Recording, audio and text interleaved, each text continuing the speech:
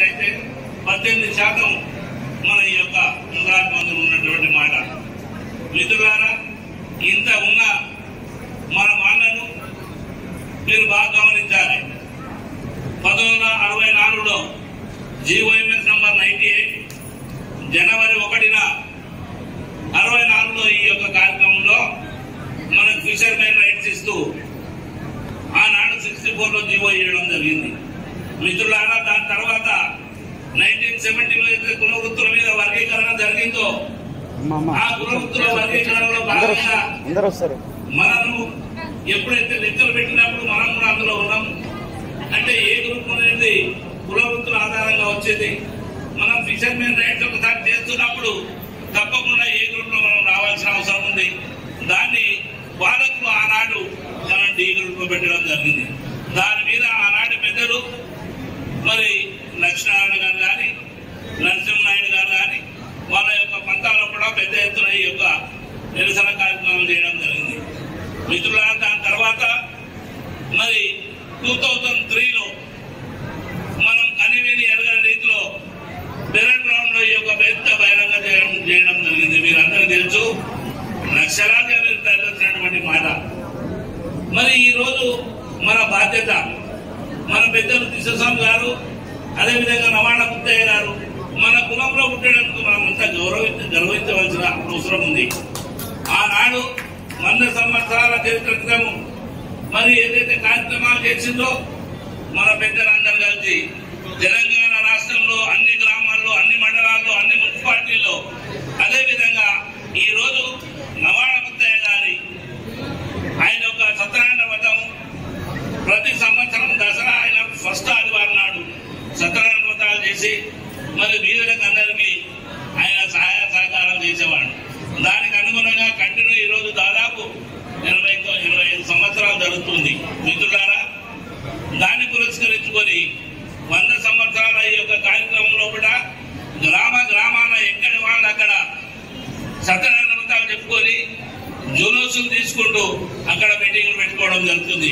ఇక్కడ ఎవరు రావద్దు, ఎక్కడి వాళ్ళు అక్కడ చేయవలసిన అవసరం ఉందని చెప్పడం జరిగింది. మన యొక్క ఏదైతే ఏ గ్రూప్ సమస్య ఉందో సుప్రీంకోర్టులో, దానిలో ఏ బీసీ కులాన్ని కానీ ఎవరు కానీ మన వల్ల నష్టం జరగదనే ఉద్దేశంతో ఆ రోజు మనం వాదించడం జరిగింది. దాని మీద సుప్రీంకోర్టు ఆ రోజు బీసీ కమిషన్ వాళ్లకు తప్పకుండా ఈ యొక్క 7 జిల్లాల్లో కూడా 23 జిల్లాల్లో కూడా 7 జిల్లాల్లో మన మీద అబ్జెక్షన్ వచ్చింది. ఆ 7 జిల్లాల్లో కూడా మీటింగులు పెట్టి, పబ్లిక్ మీటింగ్ పెట్టి అక్కడ వాస్తవ రిపోర్టు బీసీ కమిషన్ వాళ్ళు నేరుగా సుప్రీంకోర్టు పంపించమని చెప్పడం జరిగింది. కానీ రిపోర్ట్ తయారైంది, టేబుల్ మీద ఉన్నది. కానీ ఈ ప్రభుత్వం వాళ్ళు మాత్రం దాన్ని సుప్రీంకోర్టు పంపించడం లేదు. మీ ద్వారా వాళ్ళకు ఒకటే ఒక హెచ్చరిక, వాళ్ళకు డెడ్ లైన్ ఏదైతే పెడుతున్నామో ఈ రోజు 17 తారీఖు నుండి డిసెంబర్ 20 తారీఖు వరకు పెద్ద ఎత్తున ఈ యొక్క కార్యక్రమం చేయబోతున్నాము. ఉత్సవాలు 100 సంవత్సరాల ఈ యొక్క కార్యక్రమాన్ని మరి డిసెంబర్ వరకు పొడిగిస్తున్నాము. అన్ని గ్రామాల్లో, జిల్లాల్లో సాగిస్తూ వాళ్ళకు ఒకటి 20 తారీఖు లోపల సుప్రీంకోర్టు కనుక రిపోర్ట్ పంపించకపోతే అసలు ముద్రాల తడాక ఏందో మీకు చూపిస్తాము.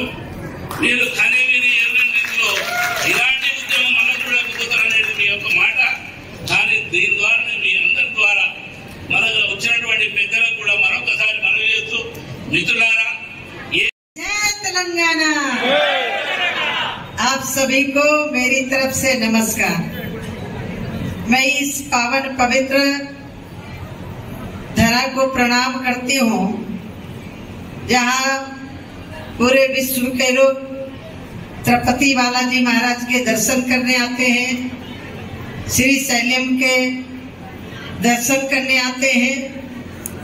ऐसे पावन पवित्र भूमि को मैं नमन करती हूँ।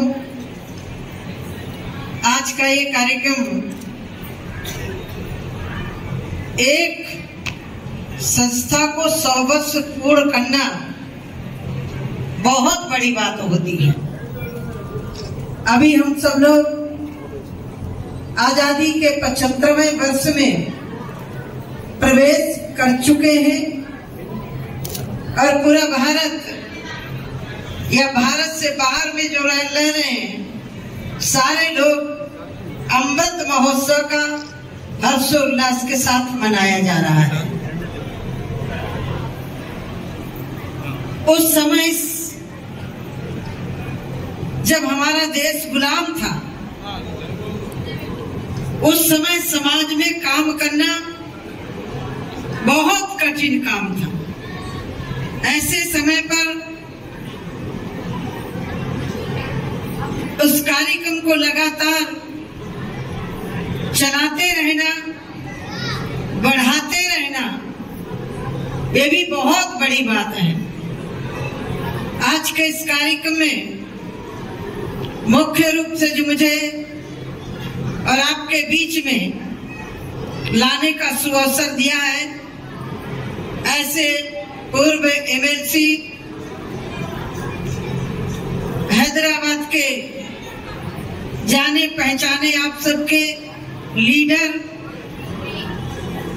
भाई ज्ञानेश्वर जी को मैं अभिनंदन करती हूँ। गुजरात की पावन धरती से आपके बीच में जिन्होंने अभी आपको अपनी वाणी से संबोधन किया, ऐसे कुंवर जी भाई वालिया जी, अखिल भारतीय कोली समाज के अध्यक्ष, यहाँ उपस्थित मंच पर मेरे बहुत वर्षों से परिचित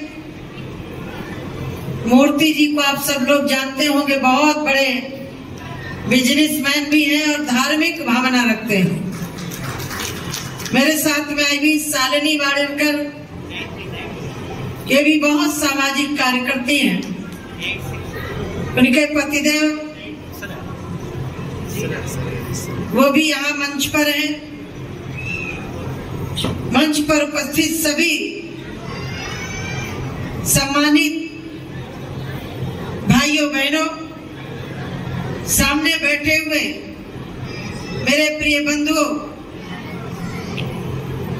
मुदिराज जी महाराज के उस कार्य को आगे बढ़ाने के लिए यह जो संगठन है, मैं कभी कभी सोचा करती हूँ, जब ये देश 1200 साल गुलाम रहा, 1200 साल मायने रखते हैं,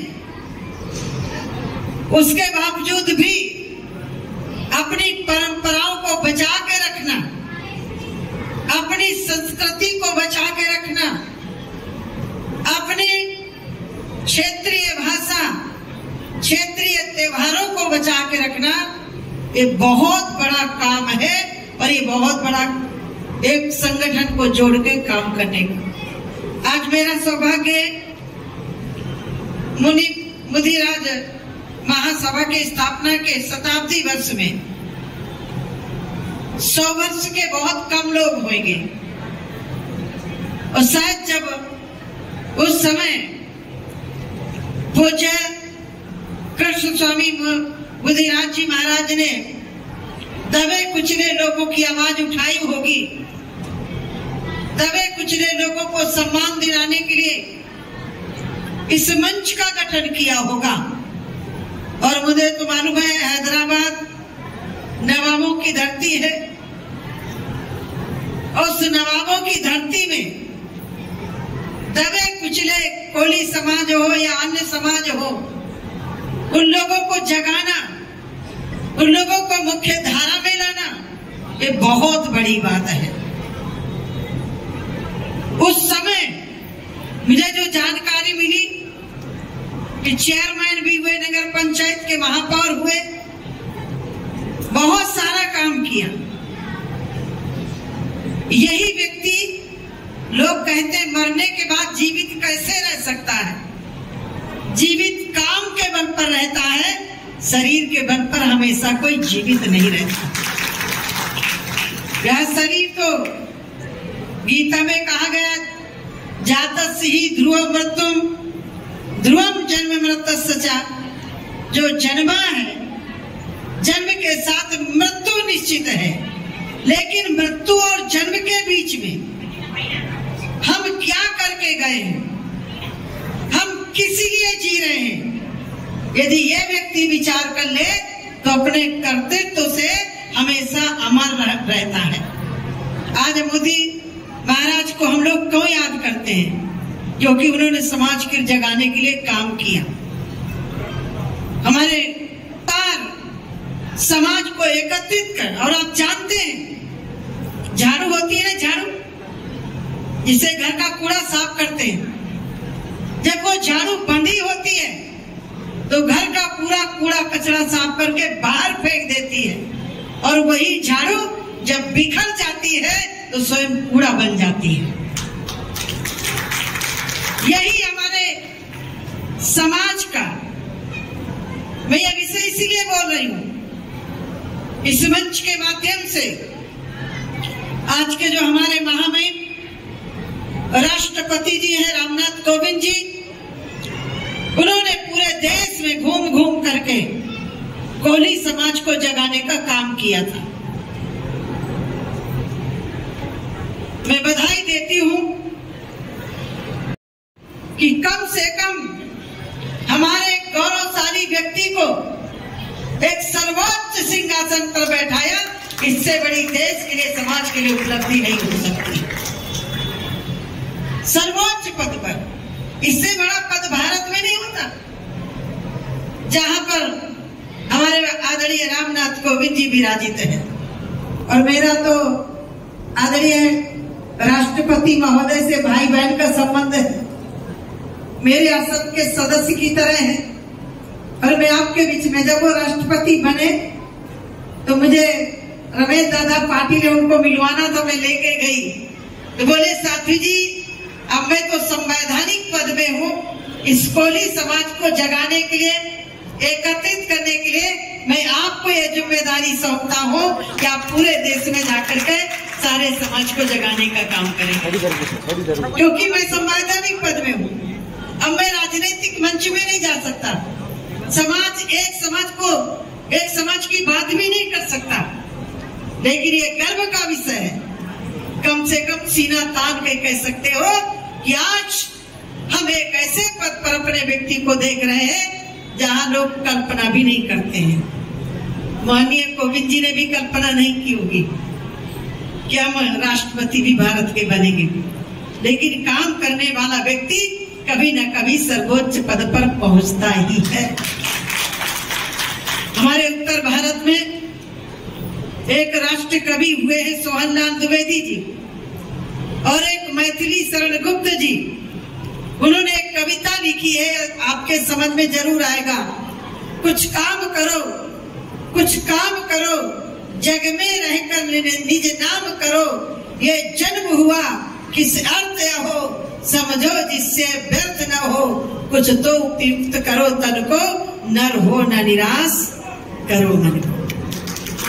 यदि हम मन से कमजोर पड़ गए, मन हमारा कमजोर हो गया, तो ना हम अपने आप को ताकत दे सकते हैं, न संगठन को ताकत दे सकते हैं। मैं भी आप जैसे परिवार की हूँ, मेरे को देख के लोग सोचते होंगे कि बहुत बड़े राजघराने की होंगी। बंधुओं में राजघराने के नहीं हो, एक घोड़ा चलाने वाले बाप की बेटी हूँ, आपके बीच में खड़ी, मजदूरी करने वाले बाप की बेटी हूँ। लेकिन ये भारतीय जनता पार्टी काम करने के कारण आज मुझे दोबारा मंत्रिपरिषद में शामिल किया, और 7 वर्ष से मैं लगातार माननीय मोदी जी के साथ काम कर रही हूँ। मोदी जी गरीबों के लिए काम कर रहे हैं कि नहीं कर रहे हैं? जरा हाथ खड़ा करिए, कर रहे हैं ना? गरीबों को मुफ्त में राशन मिला है कि नहीं मिला? मिला है ना? अब मैं दुर्भाग्य कहूंगी, प्रधानमंत्री आवास हमारी सरकार तेलंगाना को भी दिया, लेकिन अभी तक प्रधानमंत्री आवास तेलंगाना सरकार ने कहीं भी नहीं बनाया। हमने कहा या तो बनाओ, गरीबों को घर दो, या तो फिर हमारा भारत सरकार का पैसा वापस कर दो। आम जनता आज भी वही की वही है मैडम। आम जनता को आज भी सुविधा नहीं है, आम जनता आज भी मकान से वंचित है, आम जनता आज भी पेयजल से वंचित है। कारण क्या है? इलेक्शन लड़ना चाहिए, लेकिन यहाँ मुझे जो जानकारी मिली है, इलेक्शन के समय पैसा बांटा जाता है और उसके बाद ध्यान नहीं दिया जाता। याद रखिएगा, पैसे के बल पर जो वोट लेगा वो आपका काम कभी कर ही नहीं सकता। यहाँ लोगों को मुफ्त में गैस सिलेंडर मिले कि नहीं मिले? बोलिए ना, आए? मिला है ना? और जिनको नहीं मिले उनको इस प्रदेश की सरकार की जिम्मेदारी है, केंद्र सरकार की जिम्मेदारी नहीं है। 1000 रुपए एक भी पैसा नहीं देना गैस सिलेंडर में। जो हमारे कनेक्शन मिल रहे हैं ना गरीब लोगों को, आवास मिल रहे हैं। आपको, मैं जिस मंत्रालय में हूं ना, आपको जान करके हैरानी होगी जिस तरह से पूरे विश्व को कोविड ने प्रभावित किया।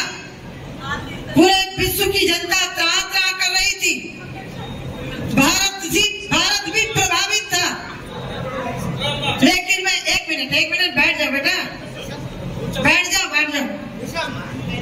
मैं आपसे एक बात पूछना चाहती हूँ, इस कोविड से बचाने के लिए भारत के माननीय प्रधानमंत्री जी ने मुफ्त में वैक्सीन दी कि नहीं दी? बोलिए ना, आए? दे रहे कि नहीं दे रहे? कोई जाति पार्टी समझ के तो नहीं दिया जा रहा ना। पूरे देशवासियों को बचाने का संकल्प माननीय प्रधानमंत्री जी ने लिया है। मैं यहाँ की सरकार से भी निवेदन करती हूँ, यहाँ भी कोई भी बिना वैक्सीन का नहीं बचना चाहिए। नहीं, कोविड जैसे जुकाम, सर्दी, बुखार बीमारी घर करके रह जाती है, ऐसे ही कोरोना भी जाने वाला नहीं है। जो वैक्सीन लगवाएगा वो बचेगा, परिवार को भी बचाएगा। अच्छा, मैं आपसे पूछना चाहती हूँ, आदरणीय ज्ञानेश्वर जी जो काम कर रहे हैं, इस उम्र में चल नहीं पाते, उनको सहारे की जरूरत है, लेकिन सहारे की जरूरत होते हुए भी आपका सहारा बन करके खड़े हैं कि नहीं खड़े? आपकी लड़ाई लड़ रहे हैं कि नहीं लड़ रहे?